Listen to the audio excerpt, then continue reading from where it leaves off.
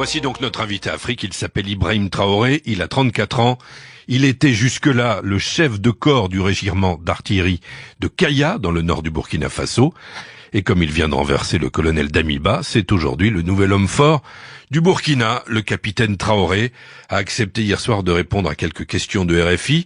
Une liaison qui n'est pas toujours facile, vous allez l'entendre, alors tendez bien l'oreille.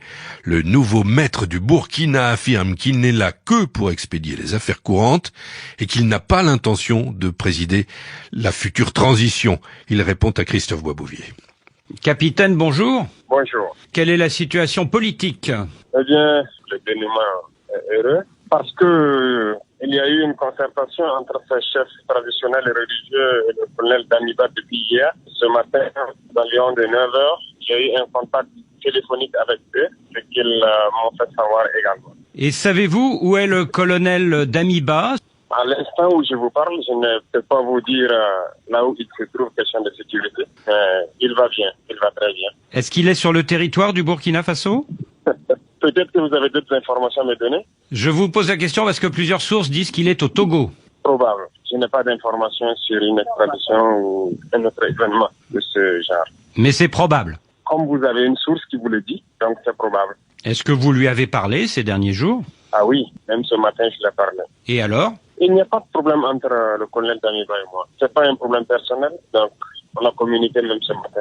Nous avons parlé de cette condition dont vous avez cité. C'est ça. Il vous a dit qu'il ne démissionnerait que si les 7 conditions qu'il posait étaient acceptées, hein? Nous ne dirons pas conditions en tant que telles, mais je dirais cet accompagnement, parce que c'est des souhaits. Alors justement, parmi les souhaits que vous a exprimé le colonel Damiba, il y a le respect des engagements pris avec la CEDEAO et notamment le retour à l'ordre constitutionnel en juillet 2024.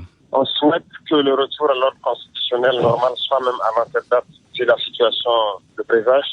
Donc, c'est notre souhait que ça puisse se faire avant même cette date. Ce dimanche soir, un communiqué de militaires qui vous soutiennent indique que vous êtes chargé vous-même, mon capitaine, de l'expédition des affaires courantes, mais seulement jusqu'aux assises des forces vives qui désigneront un président de transition. Est-ce que vous confirmez? Oui, je le confirme, parce qu'il y aura des assises qui vont désigner un président de la transition. Donc, pour l'instant, nous expédions les affaires courantes. Et ces assises, est-ce que vous souhaitez qu'elles se tiennent avant la fin de l'année? Ah oui, bien sûr, bien avant la fin de l'année. On souhaite que ça se passe le plus vite possible. Et à l'issue de ces assises, est-ce qu'on verra un président civil ou un président militaire? Civil ou militaire. Mais votre préférence, mon capitaine? Je n'ai pas de préférence, ça dépendra de ceux qui participeront aux assises.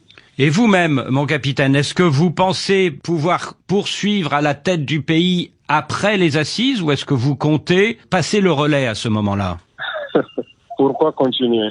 Nous ne sommes pas venus pour continuer, nous ne sommes pas venus pour un but particulier. Tout ce qui intéresse, lorsque le niveau de sécurité est bien, c'est le combat, c'est le développement, c'est tout. Les assises, ils vont désigner le président, le reste, ça ne nous concerne pas trop. On sera là pour donner des idées. Ce samedi, mon capitaine, des manifestants s'en sont pris à 3 emprises françaises au Burkina Faso, 2 à Ouagadougou et 1 à Bobo-Dioulasso. Quelle est votre réaction? Nous condamnons les dérives de la foule. Avec la communication, je pense que ça rentre dans l'ordre.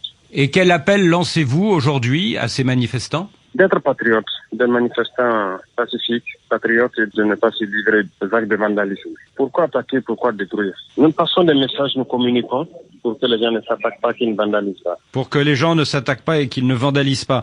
Vous avez mentionné votre ferme volonté, je cite, d'aller vers d'autres partenaires prêts à aider dans la lutte contre le terrorisme. À quels autres partenaires pensez-vous? Il n'y a pas une cible prioritaire, tous ceux qui pourront nous aider. Je vous pose la question, mon capitaine, parce que depuis 3 jours, les manifestants qui vous soutiennent brandissent des drapeaux russes. Les drapeaux russes, la Russie est un État comme les autres. On est déjà en partenariat, comme vous pouvez le constater. Même dans notre armée, on utilise beaucoup de matériel russe. Donc, c'est déjà un partenaire pour le Burkina Faso. Et est-ce que vous souhaitez continuer un partenariat avec la France ou pas? S'il y a une ambassade ici, c'est que on est déjà partenaire. Maintenant, peut-être qu'on va en parler des termes de partenariat. C'est-à-dire revoir les termes? Je pense que oui, il y a des choses à améliorer, et peut-être qu'il y a des choses à améliorer, mais tout ce qui peut être amélioré doit être fait. Capitaine Ibrahim Traoré, merci beaucoup. Merci à vous.